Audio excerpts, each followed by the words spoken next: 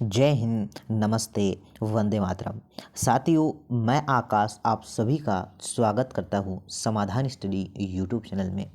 साथियों, लगातार आपको प्रतिदिन बेस्ट से बेस्ट कंटेंट प्रोवाइड किया जा रहा है और मैं चाहूँगा कि आप लोग इस क्लास को ज़रूर ज्वाइन कीजिएगा और कोशिश करिए जो भी जितने भी मैं आपको क्वेश्चन करवाऊँ 50-60 तो उसमें ऑलमोस्ट जो है आप लोग 40+ क्वेश्चन करें।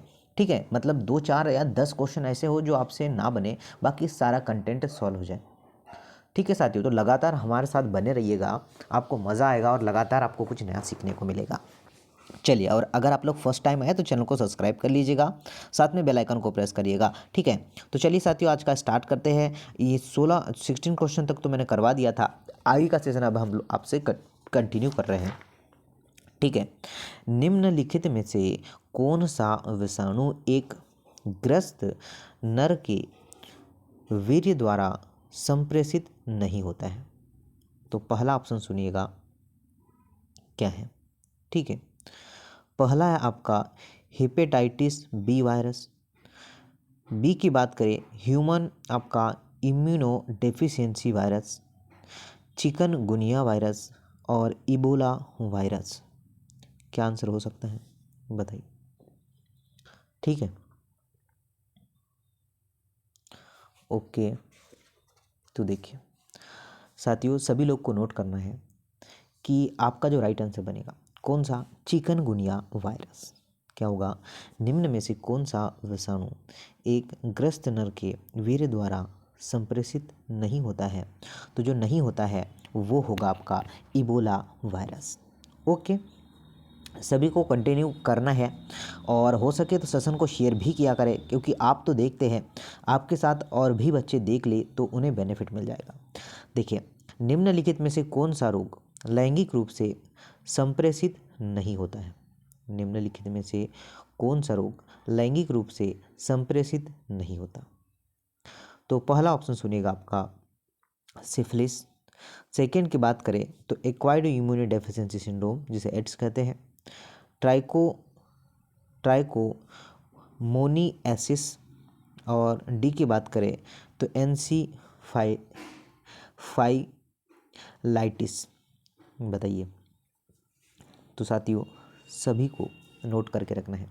ठीक है, एनसीफाइलाइटिस रोग जो है लैंगिक रूप से संप्रेषित नहीं होता और लैंगिक जो है संचारित रोग जो है अथवा वेनेर रोग से क्या होता है, सिफिलिस, एड्स और ट्राइकोडर्मा सम्मिलित किया जाता है। तो जो आपका राइट आंसर है क्या होता है, नहीं होता है। तो क्या होगा, आपका होगा इंसीफेलाइटिस, ऑप्शन नंबर डी होगा। क्या होगा, एनसीफेलाइटिस, ऑप्शन नंबर डी करेक्ट है। चलिए आगे बढ़ते हैं। नेक्स्ट क्वेश्चन की बात करें, क्या दिया है। नेक्स्ट क्वेश्चन आपका है कि एचआईवी संक्रमण की किस अवस्था पर एड्स के लक्षण प्राय दिखाई देते हैं? एचआईवी संक्रमण की किस अवस्था पर एड्स के लक्षण प्राय दिखाई देते हैं? तो संक्रमित, ठीक है, संक्रमित व्यक्ति के साथ लैंगिक संपर्क बनाने 15 दिन के भीतर ही, जब संक्रमित रिट्रोवायरस पोषक कोशिकाओं में प्रवेश करता है, जब एचआईवी विशाल संख्या में सहायक लिम्फोसाइट्स को क्षतिग्रस्त करता है, जब जो है उत्क्रम ट्रांसक्रिप्टेज द्वारा वायरस डीएनए उत्पन्न होता है। बताइए आंसर क्या होगा। तो देखिए, एचआईवी की बात करें, ठीक है साथियों, एचआईवी है संक्रमित व्यक्ति के एड्स, संक्रमित व्यक्ति के एड्स जो है आपके एड्स के लक्षण से एचआईवी से संबंधित अधिक जो है संक्रिय अवस्था होती है। मतलब ये आपको पता है, यह मानव के जो है प्रजनन तंत्र को क्या करता है, इफेक्ट करता है। तो आपका जो राइट आंसर होगा, जब एचआईवी विशाल संख्या में सहायक लिम्फोसाइट्स को क्षतिग्रस्त करता है। ऑप्शन नंबर सी करेक्ट है। क्या होगा, right answer option number C है। नेक्स्ट क्वेश्चन को नोट डाउन करिएगा। देखिए, वह कौन सा विशेष प्रकार का मादक द्रव्य है? क्या है, एक विशेष प्रकार का मादक द्रव्य है जो उस पादप से प्राप्त होती है जिसकी एक पुष्पित शाखा नीचे दी गई है। ठीक है, ये देखिए शाखा इसके नीचे दी गई। तो हेलुसिनोजन, अवनमक, उद्दीपक और दर्द निवारक, क्या होगा बताइए।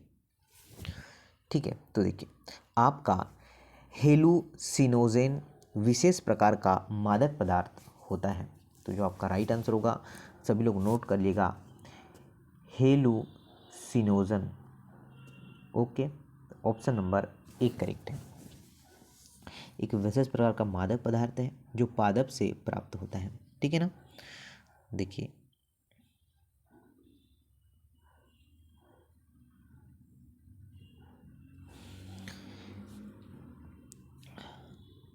नेक्स्ट क्वेश्चन है आपका, एस्केरिस का संक्रमण सामान्यतः किसके कारण होता है।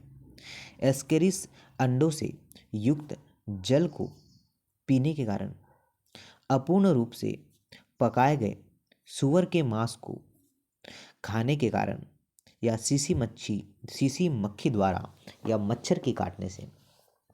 तो साथियों नोट करिएगा कि एक स्वस्थ व्यक्ति में एस्केरिस का संक्रमण संक्रमित जो है जल, सब्जी तथा फल को जो है ग्रहण करने से प्राप्त होता है। तो जो आपका राइट आंसर हो जाएगा वो ऑप्शन नंबर ए हो जाएगा। ठीक है, क्या होगा आपका, एस्केरिस अंडे से युक्त जल को पीसने के कारण होता है। तो ऑप्शन नंबर 1 करेक्ट है। नेक्स्ट क्वेश्चन पर चर्चा करेंगे कि मानव शरीर में कोशिका मध्यस्थ प्रतिरक्षा किसके द्वारा कार्यान्वित होती है। टी लिम्फोसाइट द्वारा, बी लिम्फोसाइट्स द्वारा, या फिर थ्रोम्बोसाइट्स द्वारा, या फिर आपका रुधिराणु द्वारा।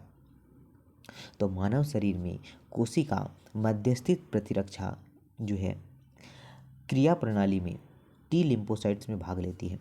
तो जो आपका राइट आंसर बन जाएगा वो बन जाए आपका टी लिम्फोसाइट्स।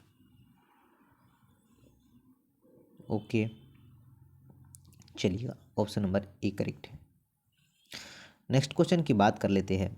देखिए क्या दिया है, निम्न में से 4 कथन आपको दिए गए हैं, इसके आंसर आपको बताना है क्या होगा। नवजात शिशु को कोलेस्ट्रम इसलिए पिलाया जाता है या पिलाया जाना चाहिए क्योंकि उसमें एंटीजन प्रचुर मात्रा में पाए जाते हैं। चिकनगुनिया एक ग्राम ऋणात्मक जीवाणु के द्वारा होता है।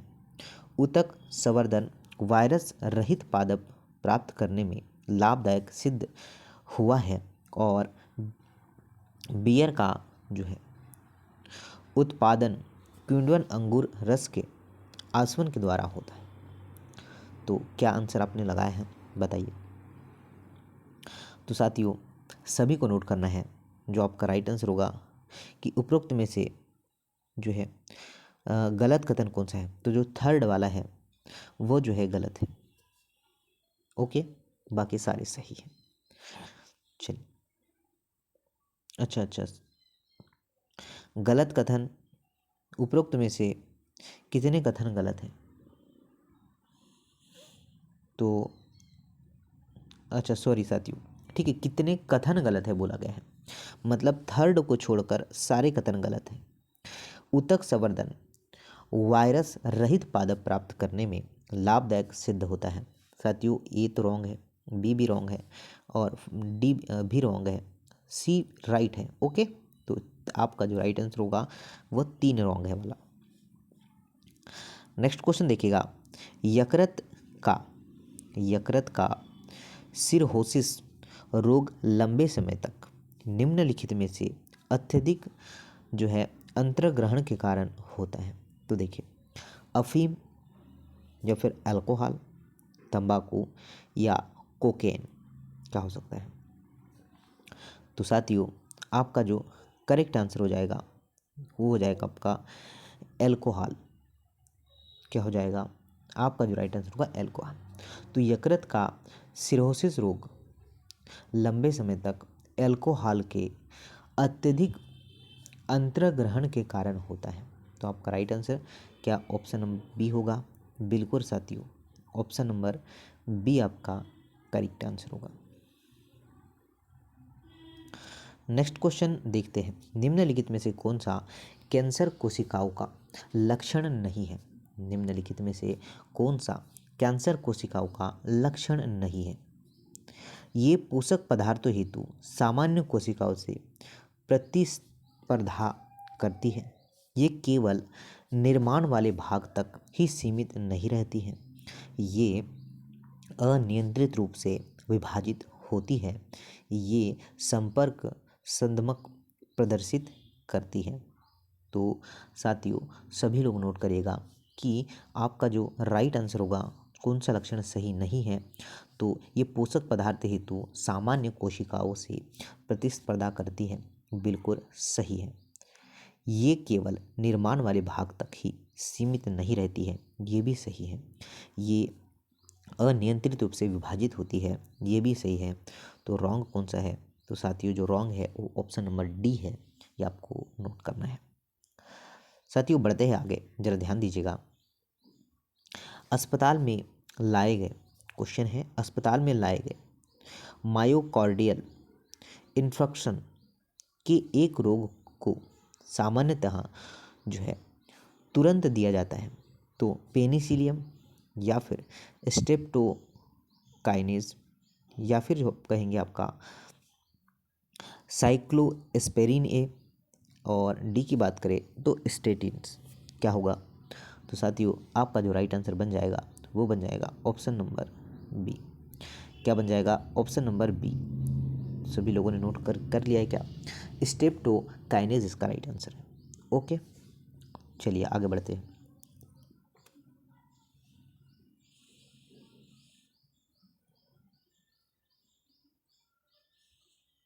देखिए सामान्य शीत न्यूमोनिया से निम्नलिखित जो है से भिन्न है। तो कौन सा भिन्न है ये हमें बताना है। तो साथियों मैं आपको बता दूं, जो निमोनिया रोग एक विषाणु द्वारा उत्पन्न होता है, जबकि सामान्य शीत हीमोफीलिया इन्फ्लुएंजा नामक जीवाणु के कारण होता है। ये जो है यहाँ पर भिन्न है, बाकी सारे सिमिलर है। चलिए सेशन को लाइक शेयर जरूर करना है साथियों, अगर आपको चीज़ें अच्छी लगे, चीज़ें पसंद आए तो। देखिए नेक्स्ट क्वेश्चन की बात करें, बोला गया है कि निम्नलिखित में से, क्या बोला है साथियों कि निम्नलिखित में से किसकी जांच हेतु विडॉल परीक्षण किया जाता है? कौन सा परीक्षण? विडॉल परीक्षण। मलेरिया या फिर आपका डायबिटीज, मेलाइटिस, HIV एड्स या फिर टाइफाइड ज्वर। तो विडाल टेस्ट जो है टाइफाइड ज्वर, टाइफाइड के लिए किया जाता है। ठीक है, ऑप्शन नंबर डी करेक्ट है, विडाल टेस्ट। चलिए आगे देखते हैं। नेक्स्ट क्वेश्चन देखिएगा क्या बोला है। तो प्लाज्मोडियम के चले युग्मजन पाए जाते हैं मादा एनाफिलीज आंत में या फिर एनाफिलीज की लार में, मनुष्य के RBC में या मनुष्य के लीवर में। तो प्लाज्मोडियम के चल युग्मक मादा एनाफिलीज की आंत में पाए जाते हैं। कहाँ पर? मादा एनाफिलीज। ओके ये आपको ध्यान रखना है। और इस परजीवी का जीवन चक्र 2 जो है पोस्को में संपन्न होता है, और इसके दौरान ही वह कई लार्वा अवस्थाओं से गुजरता है। तो जो आपका राइट आंसर है ऑप्शन नंबर ए, मादा एनाफिलीज के आंत में। चलिए रोगों प्रतिरक्षी के संबंध में कौन सा कथन जो है, क्या बोला है, कौन सा कथन सही कथन होगा, मतलब उसका चुनाव आपको करना है। तो साथियों आगे पहला देखिए, यदि, क्या बोला है, यदि यदि किसी कारणवश बी तथा टी लिम्फोसाइट क्षतिग्रस्त हो तो शरीर में रोगाणुओं में जो है रुधिर प्रतिरक्षियों का निर्माण नहीं होता है। जी हाँ साथियों, पहला ही सही है। ठीक है, क्या होगा? फर्स्ट ही इसका राइट आंसर होगा, ये आपको नोट करके रखना है। आगे अब क्या देखिए क्वेश्चन को भी। चलिए देखिए नेक्स्ट क्वेश्चन नोट करना साथियों कि सामान्य जुकाम का उपचार प्रतिजैविक द्वारा नहीं होता है, क्योंकि वह एक विषाणु के कारण होता है। 1 ग्राम धनात्मक जीवाणु के कारण होता है, 1 ग्राम ऋणात्मक जीवाणु के कारण होता है, या फिर जो है संक्रामक रोग नहीं है। तो साथियों बिल्कुल आप नोट कर सकते हैं क्या आंसर होगा कि सामान्य जुकाम जो है का उपचार प्रतिजैविक द्वारा नहीं होता है, क्योंकि यह जो है राइनो विषाणु को क्या करता है, राइनो विषाणु से प्राप्त होता है। तो साथियों जो आपका राइट आंसर बन जाएगा वो ऑप्शन नंबर ए बन जाएगा। क्या क्या होगा, एक विषाणु के कारण होता है। किसके कारण होता है, एक विषाणु के कारण होता है, ये आपको ध्यान रखना है। ठीक है, निम्नलिखित विकल्प में से कौन सा रोग उसके कारक जीव एवं संक्रमण की विधि का सही मेल प्रदर्शित करता है। तो सही मेल कौन प्रदर्शित करता है, क्या आप लोग बता पाएंगे? चलिए तो देखिए साथियों ध्यान दीजिएगा, आपका टाइफाइड, साल्मोनेली टाइफाई निह स्वशासित वायु द्वारा, निमोनिया स्टेप्टोकाकस और निमोनिया बूंद द्वारा संक्रमण। तो साथियों आपका जो राइट आंसर होगा वो ऑप्शन नंबर बी हो जाएगा। क्या है, आपका जो राइट आंसर है वो ऑप्शन नंबर बी है, ये आपको ध्यान रखना है और आपने राइट आंसर कर पाया होगा। नेक्स्ट क्वेश्चन की बात करें, निम्नलिखित कथन को पढ़िए जिसमें 2 रिक्त स्थान तथा ए तथा बी है। ए औषधि जो ए के रोगी हेतु प्रयोग की जाती है, बी जो है जीव की एक जाति द्वारा होती है। अब देखिए जरा ध्यानपूर्वक सुनिएगा, तो जो आएगा फर्स्ट वाले में क्या आएगा कि यह जो है अंगक प्रत्यारोपण है, और सेकेंड जो आपका ट्राइकोडर्मा है।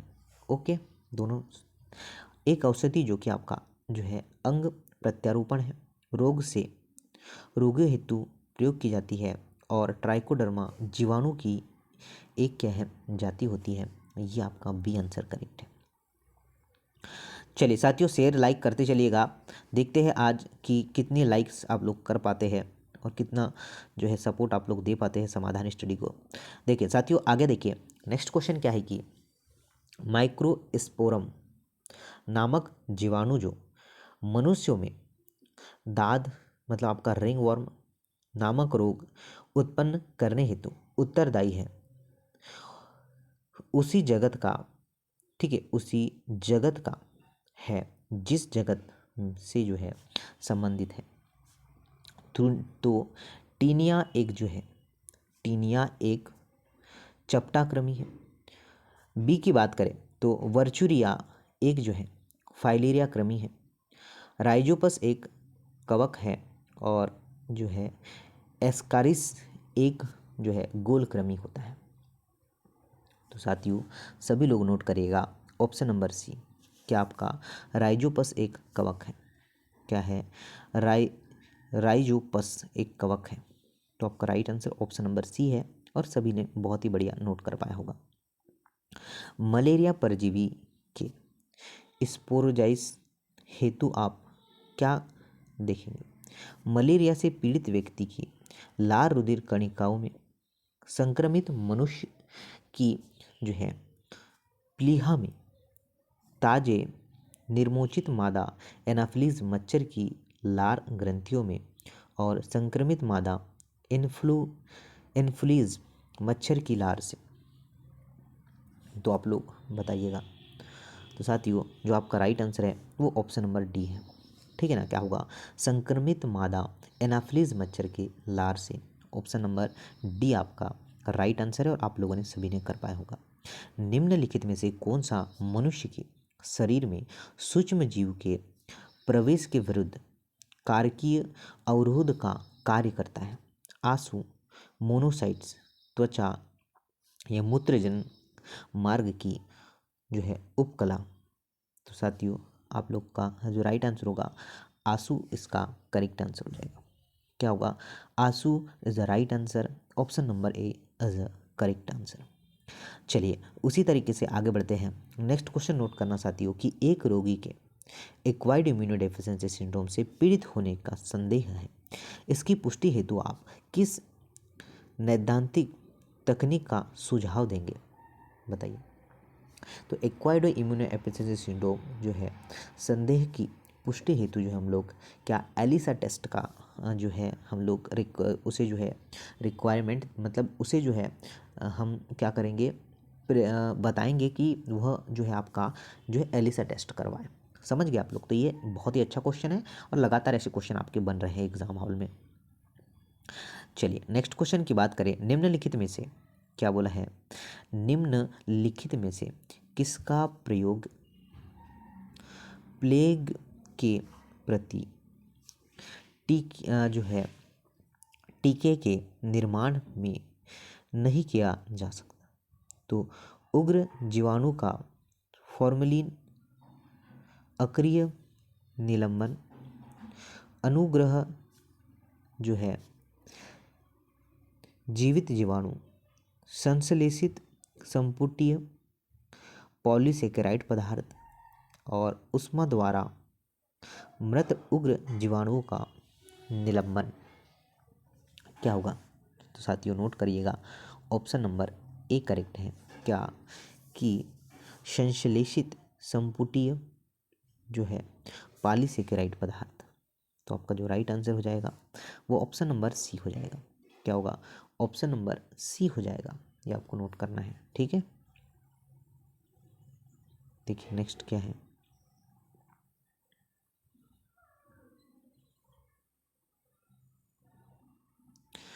नेक्स्ट क्वेश्चन की बात करते हैं साथियों। निम्नलिखित कथनों में से कौन सा कथन जो है सही है, मतलब सही कथन का आपको चयन करना है। जब अपराधियों को समन कारक औषधियाँ दी जाती हैं तो वे सत्य बोलने लगते हैं। ऐसे व्यक्ति जिनकी शल्य चिकित्सा की जो है चिकित्सा की गई हो उन्हें दर्द निवारक के रूप में प्राय मॉर्फिन दी जाती है। तंबाकू चबाने से रुधिर दाब तथा हृदय दर कम हो जाती है और शल्य चिकित्सा के उपरांत रोगी को कोकेन दिया जाता है क्योंकि वह जो है स्वास्थ्य की पुनः प्राप्ति को प्रेरित करता है। बताइए। तो साथियों सभी को नोट करके रखना है, क्या होगा आपका राइट आंसर। तो आपका जो राइट आंसर होगा ऑप्शन नंबर बी हो जाएगा। क्या होगा, ऑप्शन नंबर बी। ऐसे व्यक्ति जिनकी शल्य चिकित्सा की जो है कई हो उन्हें जो है दर्द निवारक के रूप में प्राय मॉर्फिन दी जाती है। तो ऑप्शन नंबर बी करेक्ट है। क्या होगा, ऑप्शन नंबर बी इसका करेक्ट आंसर होगा। टी लिम्फोसाइट्स में टी क्षारक द्वारा प्रदर्शित होता है। थायराइड, थैलेमस, टॉन्सिल या थाइमस। क्या होगा, तो साथियों करेक्ट आंसर आपका हो जाएगा थाइमस। क्या आंसर हो जाएगा, थाइमस आपका करेक्ट आंसर है, राइट आंसर है और आप सभी ने भली भांति कर पाया होगा। साथियों आगे बढ़ते हैं। निम्नलिखित में से कौन सा कथन सत्य है। निम्नलिखित में से कौन सा कथन सत्य है। शल्य चिकित्सा वाले रोगियों को दर्द निवारण हेतु केनेबिनाइड दिए जाते हैं। देखिए बी की बात करें, बेनाइड ट्यूमर मेटास्टेसिस प्रदर्शित करते हैं। आगे देखिएगा साथियों, हेरोइन शरीर क्रियाओं में वृद्धि करती है। और डी की बात करें तो मेलिग्नेटियर, ठीक है, जो है मेलिग्नेंट ट्यूमर मेटास्टेसिस प्रदर्शित करते हैं। क्या होगा, तो साथियों आप लोग नोट करिएगा, ऑप्शन नंबर डी करेक्ट होगा। क्या, मेलिग्नेंट ट्यूमर मेटास्टेसिस प्रदर्शित करते हैं। डी आंसर करेक्ट है। क्या होगा, डी आंसर करेक्ट है। ये सभी को नोट करके रखना है। देखिए नेक्स्ट क्वेश्चन देखते हैं हम लोग। निम्नलिखित में से कौन सा जो है युग्मक विषाणु जनित रोग को प्रदर्शित करता है। दाद एड्स, सामान्य शीत एड्स, या फिर अतिसार सामान्य शीत, या फिर होगा आपका डी क्या टाइफाइड जो है ट्यूबरकुलोसिस। तो बताइए ज़रा। तो साथियों सभी लोग नोट करिएगा, क्या ऑप्शन नंबर बी सामान्य शीत और एड्स। नेक्स्ट क्वेश्चन पर चलते हैं। नेक्स्ट क्वेश्चन है आपका कि निम्नलिखित में से किसकी कमी के कारण मनुष्य में अल्जाइमर रोग होता है। साथियों 8 बजे आपका लाइव सेशन होता है, उसमें ज़रूर आप लोग आइएगा, ठीक है, नाइट में 8 बजे। आगे सभी लोग क्वेश्चन को ध्यान दीजिएगा, क्या है कि डोपामिन, ग्लूटामीन अम्ल, एसिटिल कोलिन और गामा जो है अमीनो एल्बुटाइरिक अम्ल। तो क्या होगा बताइए ज़रा। साथियों सी आंसर आपका बिल्कुल करेक्ट हो जाएगा। कौन सा? एसिटिलाई कोलिन इसका करेक्ट आंसर है। और आई होप आपको सेशन बहुत पसंद आते होंगे साथियों पता है आप लोगों को कि लगातार जो है आपके लिए सारा कंटेंट तैयार किया जाता है, तो आप लोग सेशन को ज़रूर से शेयर करें। निम्नलिखित में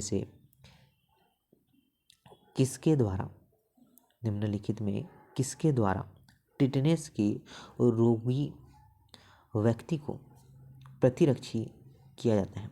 मृत जो है कीटाणु द्वारा, पूर्ण निर्मित प्रतिरक्षी द्वारा, वृहत प्रतिजैविक द्वारा, या जो है दुर्बलीकृत कीटाणु द्वारा। क्या होगा? तो टिटनेस के रोगी को पूर्ण निर्मित प्रतिरक्षी जो है टीके के रूप में शरीर में प्रविष्ट कराया जाता है। तो साथियों आपका जो बी आंसर है वो बिल्कुल करेक्ट है। क्या होगा? पूर्ण निर्मित प्रतिरक्षी द्वारा। ऑप्शन नंबर बी करेक्ट है। चलिए आगे बढ़ेंगे।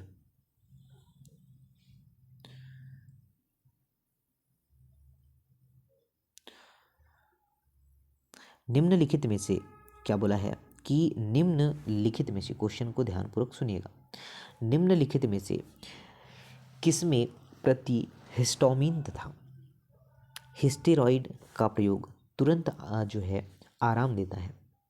आपका एलर्जी, मितलिन, खांसी या सिर दर्द। तो साथियों एलर्जी आपका करेक्ट आंसर होगा। क्या होगा?